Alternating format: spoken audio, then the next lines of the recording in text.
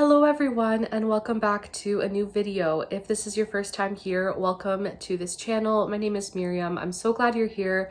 I love reading, I love books so much, and in today's video we're going to be talking about my personal reading taste. We'll be going through the Get to Know My Reading Taste book tag.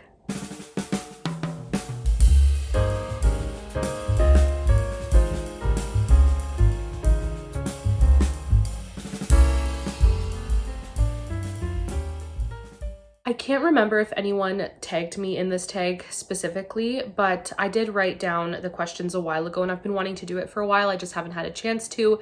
And it's a really interesting tag. I really like hearing other people's answers as well. I love learning about people's reading taste, and if you would like to answer the questions in the comments below, I would love to hear all about your reading taste as well. I also wanted to mention I didn't intend to take the last few weeks off of filming initially. At the beginning of June, I wanted to just take the first week to kind of recover after the crazy weekend that I had. It was my sister's engagement party and things were just so busy.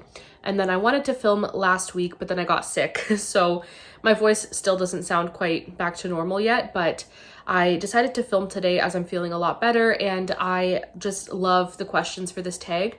I didn't spend a lot of time preparing answers, so I'm just going to kind of go through the questions and try to be as succinct and brief as possible, which most of you know that is not my forte. I can be quite rambly, but we're just going to go ahead and get started with the first question, which is, how do you rate books? Give a quick rundown of how you do your star ratings, or if you don't use star ratings, how do you evaluate books? I'm not the biggest fan of star ratings just because they're very, I don't know, like one 4-star book is different than another 4-star book, and I don't know. I'm not a big fan, but I do use star ratings, especially for Goodreads. It just helps keep everything organized, especially when I'm looking back to see what my favorite reads were, my least favorite, that sort of thing. I do like the convenience of star ratings, so I do use them. I do find it helpful, especially when, we're talking about books that are 3-star versus 5-star and that kind of thing. And to me, like a 3-star book is a good book. I enjoyed it. 2-star, did not really like it, did not care for it. 1-star, I rarely ever give, just because by the time I figure out a book is not for me and one that I won't enjoy, I usually DNF it. But a 4-star and a 5-star is where it kind of gets tricky for me, because like a 5-star read doesn't necessarily mean the book was perfect, but it means that in the moment, and as soon as I finished it, I adored it. There was nothing I would have changed about that story. It doesn't mean that it's going to be a long-lasting story, one that sticks with me, but I don't know. A 5-star it's very, very dependent on my emotional reaction to a book. It's more just for convenience sake that I use star ratings, but it doesn't indicate exactly how much I loved the reading experience necessarily, or that sort of thing. I don't know if that made any sense, but I just find them convenient. So yes, I do use star ratings. They're just not my favorite thing in the world. I wish there was a better way of categorizing how I feel about a book, but there's always nuance as well, and it also depends on what mood I was in, that sort of thing, yada yada. That was rambly. Let's move on to question 2, which is, how do you approach reviewing books? What's your review style? Are you analytical, emotional, casual, or structured? Definitely emotional. I am driven by my emotions in many ways, not just when reviewing books. I am a very deep feeling person. I feel things very intensely and can be quite passionate. And the emotional reaction I have to a book, that's kind of where my focus is when I review. And then I try to be analytical, but I definitely struggle with that at times, just because I was never really taught how to properly analyze a book and a story, and I feel like my education in the English department was very, very lacking. I'm just not the most analytical of readers, but what's helped me become more analytical is annotating when I read. And I don't annotate everything, but when I do annotate, I find it helps me to be more analytical in my reviews. But I'm definitely driven by my emotions in how I talk about a book. And books like Little Women and The Blue Castle by Ella Montgomery, like these books I've read multiple times. And even so, I'm sure there are people out there, there are readers out there who are much more analytical than I am and could pick out things from those stories that just completely passed me by, completely went over my head. Because for me, when I talk about those books, it's all about how I felt emotionally and that kind of, reaction. But again, I am trying to be more analytical. I'm just definitely driven by my emotions. And in terms of reviewing books, it's mainly just here on YouTube. I don't write, long reviews of stories, but if I do write anything on Goodreads, again, it's my emotions that really indicate how I talk about the book that I had just completed. So emotional is definitely my answer, but I try to be more analytical, and it's, a process you learn, and I'm learning every day how to be more analytical in my reading. And yeah, that is my answer for question 2. But question 3 is, what's the book that made you a reader? Whether it was your first favorite or the one that got you hooked. What book started it all? I wasn't a big reader until high school, I would say, but even then I wasn't a huge reader. I think COVID is really when I started just falling in love with the world of literature. But I do remember the very first book that made me kind of realize that reading is not boring. And it's the book that made me fall in love with Christian fiction, which is what I mainly read as a preteen, a teenager, that sort of thing. And that is the first book in the Christy Miller series. And this book my mom found for me. Actually, she found the first 4 stories in this series at a garage sale, and I read the books so quickly. I flew through them. Then I realized the series was longer, and just as an 11, 12-year-old, I flew through this series. And then at about 12 years old, I read A Voice in the Wind by Francine Rivers for the first time, which I don't recommend reading it that young, but I stole my mom's copy and I would hide and read it. And those 2 books are what made me a reader. I credit those 2 books, and A Voice in the Wind in particular, I have read and reread many times. And it's the book that also made me fall in love with historical fiction and ancient historical fiction, biblical fiction. There were definitely other books that I read as a child, as a teenager, but they don't stick with me the way that these 2 have stuck with me. These are the 2 books that really got me into reading. And then COVID happened, and I really started reading, but still, those 2 books for sure. Question 4 is, do you have a genre niche? Are there certain genres you gravitate towards, or do you read widely across genres? This question I struggle with, and in terms of being asked, what is your favorite genre? I really struggle to answer that because it isn't one specific genre. It's elements that make up a story that are my favorite, if that makes sense. So I have always said historical fiction, but I've changed a lot in the last few years. My reading has changed a lot, and I still prefer books set in the past. Always. I will always prefer fiction that is historical. So fiction set in the past, whether that's a classic, whether that's a classic mystery, whether that is a historical fiction that has other elements besides just, a romance.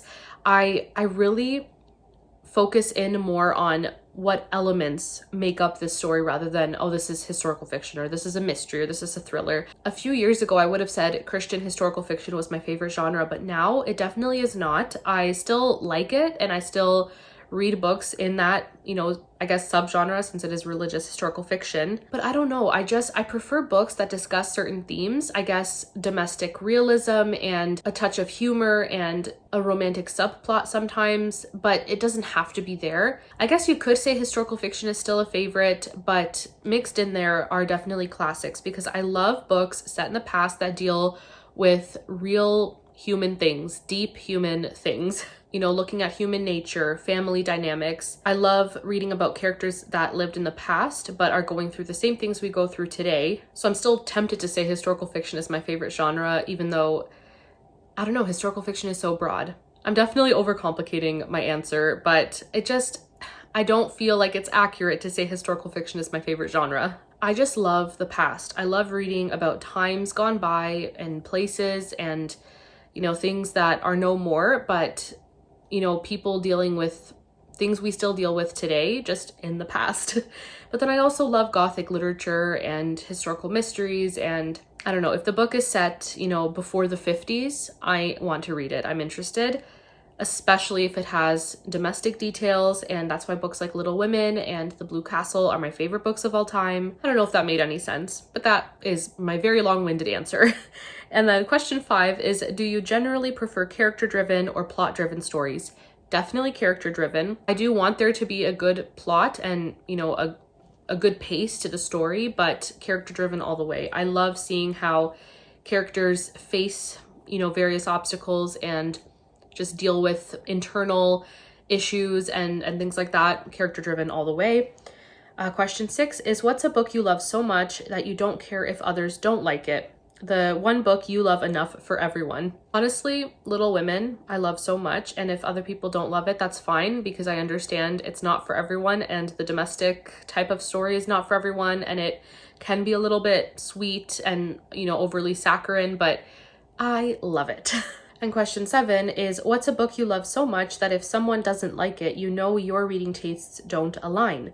The book or books where a difference of opinion is a strong indicator of different reading preferences. In all honesty, I cannot think of an answer for this question. I kind of just sat here for a little bit trying to think, but it's one of those things where everything is so subjective with reading, and I can think of a few people here on BookTube who I have very similar reading tastes to, very, very similar. But there are books that we disagree on. There are books that I loved that they didn't, and books that they loved that I thought, the books were fine, but were not favorites. And everything is so subjective, and we all bring our own experiences to what we read and everything. And I don't know. I don't think there's a single book where I could say, oh, because that person doesn't love this book, our reading tastes don't align, especially because I read fairly widely as well in terms of genre and subgenre. So I don't know, I don't really have an answer for question 7. Question 8 is, what's in your trash pocket? What books, tropes, or themes do you know are bad, but you love them anyway? I feel like I should have prepared better for this tag. I'm struggling to come up with an answer to this question as well. I just find most of the books I read, I don't know. I don't feel they're very, very trashy. I guess some of the Regency romances, like Georgette Hare, for example, she writes such silly books, and there are some that just, I don't know, the romances are so over the top and not realistic at all, but I love them. And I guess that works for this question. For a trope, I do like the grumpy sunshine trope, especially when it's the male that is the grump, and sometimes it goes too far, and they can be quite rude and just ridiculous, and I'm not going to get too into that, but I do like a bit of the Beauty and the Beast grumpy sunshine trope there, obviously if it's done well. But I mean, that doesn't mean it's a bad thing, or I don't know, it might be a bit trashy, but I love it.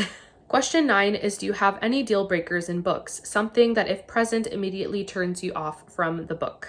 Excessive language, mainly if it is the F word, that really, really bothers me. I'm usually okay with, language of its time. Like in a lot of classics, you're gonna get language, that's how they spoke, and I'm usually okay with that. But yeah, even a few F words, I'm really not a fan. So that is something that really bothers me. And same thing with a lot of crude, sexually charged jokes and moments and things like that.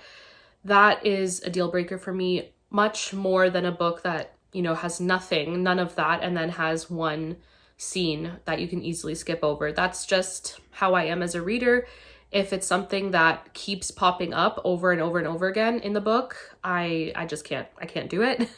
But if it's kind of a one-off and I can move past it, I'm okay with that. But moving on to question 10, what is a strong opinion you have about a book released within the last year? Whether it's overrated, underrated, or just a book you need to share. So I don't read a lot of new releases, and I had to quickly look to Goodreads for help with this. Literally the only book that has been published in the last year that I have read and have a strong opinion about is Born of Gilded Mountains by Amanda Dykes, and this book is amazing. For anyone who loves poetic writing and beautiful themes of friendship and found family and the Rocky Mountains as a setting and a little bit of a mystery, a heroine who is single and the book is not about her romance, this book is for you. It is, oh my goodness, it's amazing, and my favorite by Amanda Dykes so far. I loved this book so much, and I just had to mention it. Question 11 is, what do you look for in writing? What makes a book stand out to you? Is it the prose style, themes, voice, structure, or something else? Immediately, prose style. The instant I start a book, the first page, I'm looking at the writing style, and if it's something that I like, Usually if it is first person, I am a little hesitant. I have a harder time getting into it as opposed to third person. I always find it's easier for me, but the prose style, is it more poetic and flowery versus very, dry and stilted? And there's such a range of writing styles, and I definitely am more on the poetic purple prose side, but not too purple prosy. Like, it has to be balanced. And I also do enjoy very straightforward writing. So it really depends on the tone of the story and what the themes are as well, and what the characters are like, and how that all kind of works together. I love the purple prose of Ella Montgomery so much. I also love a bit of, snarky humor in writing, like in Georgette Hare's works. And I love Elizabeth Gaskell's, I guess, more straightforward but descriptive writing as well. I don't know, it really depends on the story. But the writing and the characters and the little domestic details and the characters' emotions and internal thoughts, those things really stick out to me in a book. Question 12 is, how do you decide what to read next? Do you plan ahead, mood read, or follow external factors like hype, recommendations, arcs, etc.? I stay away from arcs. I, in general, don't read a lot of new releases anyway, so arcs, it's just not really something that I'm interested in, and I would feel very, very overwhelmed if I were to read arcs, so definitely stay away from that. But I do like seeing what people recommend. I am definitely much more of a mood reader, though. That is who I am. I will literally grab, 3 books off my bookshelf that I want to read, put them on my desk, and then the next day I'm not in the mood for those, so I'll put them back and grab another few. And I don't know, I feel like I have a very chaotic reading mood where I'm constantly wanting to read like 10 things at once, and then I won't be in the mood for one thing anymore and pick up another, and very chaotic. But I do follow my mood because that's what serves me best. That's when I find I have the best reading months and that sort of thing. I do try to plan ahead a little bit though. I kind of try to have, I guess, a bit of a vision as to what I want my reading to look like, over the next couple of months and that sort of thing. And I will have certain books that are set to be read, if that's for buddy reads, if that's for like a readathon and that sort of thing. But mood reading all the way for me, that is for sure. Question 13 is, where do you get inspiration for your booktube content? What sparks your video ideas, other creators, trends, personal reading experiences, etc.? Honestly, it's mostly other booktubers that inspire my content. I'm not the most creative of people, so I definitely need a bit of a nudge from other creators to see kind of what do they put out, what's interesting. Otherwise, I'd just be filming wrap-ups and book hauls all the time. But I'm trying to be more creative. I'm just not the most creative of people.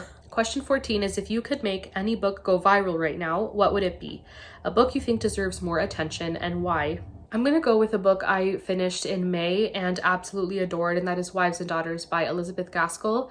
I know that Elizabeth Gaskell is a pretty big name in the classics community on BookTube, but in general, and just in general reading circles, she's not very well known and talked about very much. And if she is, it's her book North and South that's talked about, or Cranford. But Wives and Daughters by this author needs to be talked about more. It is phenomenal. It is amazing. I read it in April and May and fell in love. Oh my gosh, this book is so good, and more people need to read it. More people need to read Elizabeth Gaskell in general, but I don't know.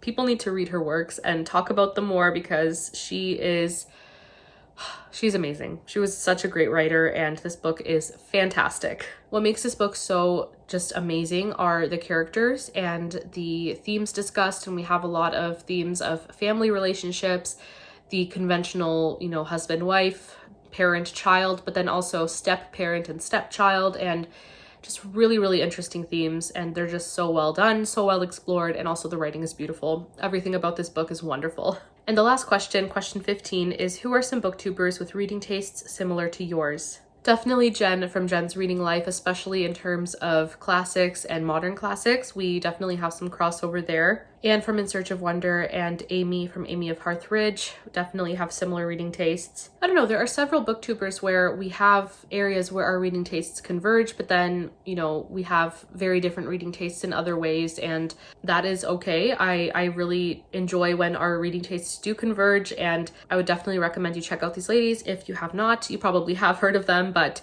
they are all linked below and they're all wonderful. But those are the questions for the Get to Know My Reading Taste tag. That is it for this video, and consider yourself tagged. I'm not going to tag anyone specifically, but if you would like to share your answers to these questions, please do so. Especially if you do not have a channel, please do so in the comments below. I would love to hear all about your reading tastes as well.